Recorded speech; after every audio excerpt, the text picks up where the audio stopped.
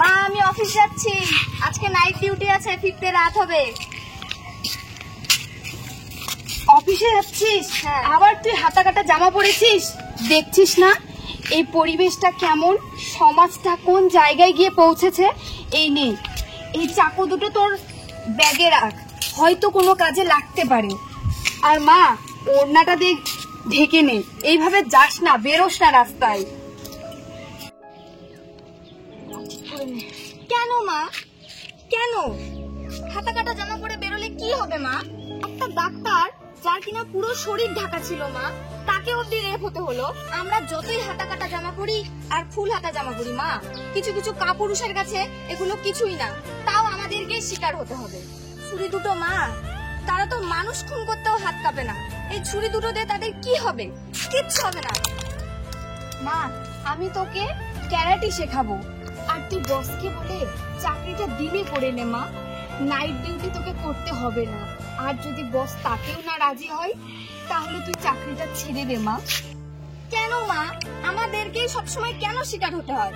প্রত্যেকটা ছেলের বাবা মা যদি তার ছেলেকে শেখায়, প্রত্যেকটা মেয়েকে যদি মায়ের মতো করে সম্মান করতে শেখায়, যদি একটু ভালো ব্যবহার করতে শেখায়, তাহলে কেন আমরা শিকার হবো মা? আমি জানি মা, অনেক ছেলের মেন্টালিটি চেঞ্জ করা যাবে না, শুধু ছেলেদের কেন হবে? আমরা কেন রাত করে বাড়ি ফিরতে পারবো না নিরাপদে? কেন এত সমস্যা কিসের? ছেলেদের এত সমস্যা কিসের? একটা মেয়ে কেন নিরাপদ হতে পারবে না মা? আমাকে এইসব প্রশ্নের উত্তর দাও তুমি। ৭৮তম স্বাধীনতা দিবস চলে গেল, তবুও মেয়েরা স্বাধীন না। আজকে আমরা কি স্বাধীন মা? তুমি বলো তো, আমরা কি স্বাধীন?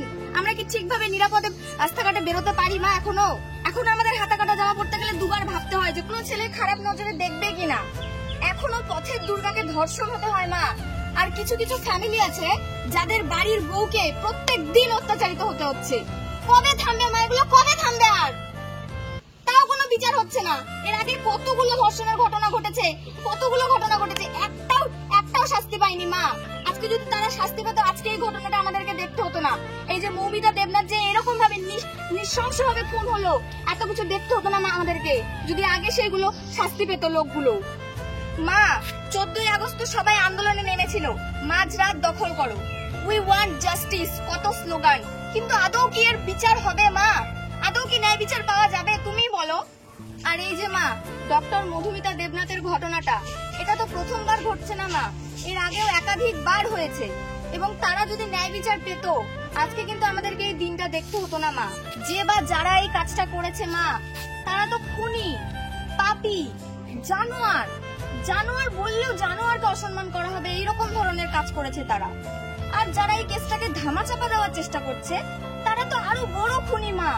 এদের সমাজে বেঁচে থাকাই উচিত না মা। 10 লক্ষ টাকা দিয়ে এই কেসটা ধামাচাপা দেওয়ার চেষ্টা চলছে মা। এই দেশের, এই রাজ্যের কি কোনোদিনও কোনো উন্নতি হবে না মা? আমরা কি কোনোদিন নিরাপদ ভাবে বাড়ি ফিরতে পারবো না? আমরা কি কোনোদিনও রাত্রে বেরোতে পারবো না মা? আমরা কি নাইট ডিউটি কোনোদিন করতে পারবো না? আমরা কি কোনোদিন এই হাতা কাটা ড্রেস পরে একটু শান্তিতে বেরোতে পারবো না মা? কেন এরকম হবে মা? কিছু কিছু কাপুরুষের জন্য এই গোটা পুরুষ জাতিকে অসম্মানিত হতে হচ্ছে মা। হবে মা, হবে, চিন্তা করিস না, ঠিক হবে। আর আপনারাও এই আন্দোলনে সামিল হন। আজ অন্যের ঘরের মেয়ের সাথে এরকম হয়েছে, কাল আপনার ঘরে হবে না বা আমার ঘরে হবে না, তার তো ঠিক নেই। আপনারা সেফ আছেন কিনা আর আমরা সেফ আছি কিনা তাও তো জানি না। আপনারা সতর্ক থাকুন আর সজাগ থাকুন। আমরা শুধু ডক্টর মৌমিতা দেবনাথের কেসের বিচার চাই না, এর আগে যতগুলো এরকম ঘটনা ঘটে গেছে, যেগুলো ধামাচাপা পড়ে আছে শুধু টাকার জোরে, সেগুলোর আমরা বিচার চাই। We want justice.